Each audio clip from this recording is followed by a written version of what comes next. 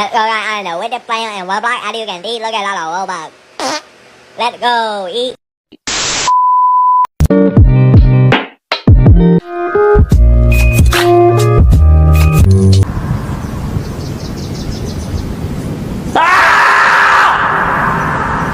Get 'em.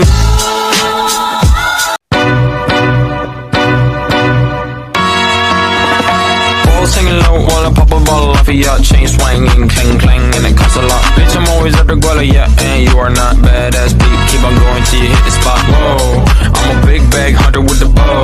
She got a big bed, never drop it low. Mama called me and she. Assalamualaikum warahmatullahi wabarakatuh. Saya Tasya Ulansari dari 12 IPS 1.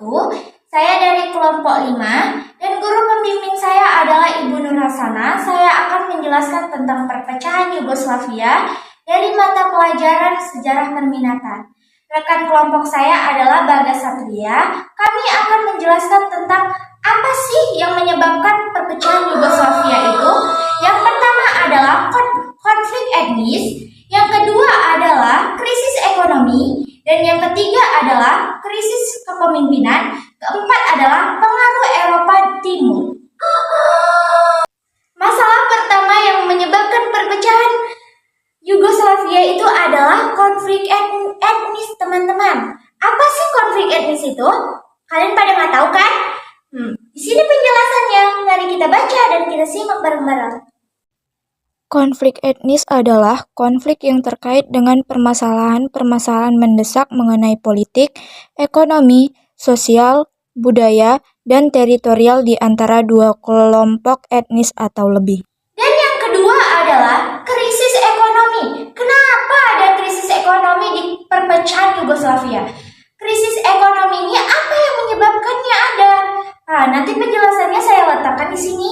Nanti saya jelasin lagi apa itu yang dimaksud dengan krisis ekonomi. Pasti teman-teman bertanya-tanya, apa sih krisis ekonomi itu? Kenapa ada di dalam perpecahan Yugoslavia? Kenapa menjadi penyebab perpecahan Yugoslavia?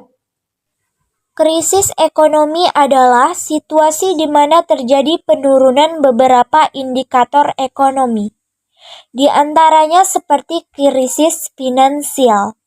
Berarti yang turun adalah sektor keuangan, nilai tukar rupiah, hingga kinerja perbankan.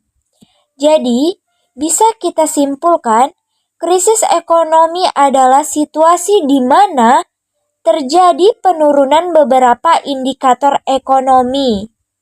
Seperti yang dijelaskan tadi, di antaranya seperti krisis finansial. Efek krisis ekonomi bisa memberikan efek yang sangat besar untuk negara dan untuk semua pihak di dalamnya. Penyebab terjadinya krisis ekonomi. Pertama, utang negara yang berlebihan. Kedua, tingginya laju inflasi. Yang ketiga, macetnya perkembangan ekonomi. Hal-hal yang harus dilakukan ketika krisis ekonomi adalah: yang pertama, mempersiapkan keuangan, yang kedua, mengurangi utang, yang ketiga, mencari penghasilan tambahan, yang keempat, diversifikasi aset yang dimiliki, yang kelima, memperkuat hubungan dengan keluarga dan masyarakat sekitar, yang keenam, menjaga kesehatan, yang ketujuh, menjaga keamanan rumah dan keluarga. Dan yang terakhir, menyimpan stok makanan. Pada umumnya, resesi adalah suatu perkembangan ekonomi yang melaju negatif dalam 2 triwulan atau kuartal berturut-turut. Resesi adalah siklus bisnis dan nilai wajar terjadi, terlebih dengan adanya pandemi seperti saat ini. Baiklah, terima kasih. Hanya itu yang bisa saya jelaskan. Lebih dan kurangnya saya mohon maaf. Saya akhiri. Wassalamualaikum warahmatullahi wabarakatuh. Semoga kalian suka ya. Bye-bye.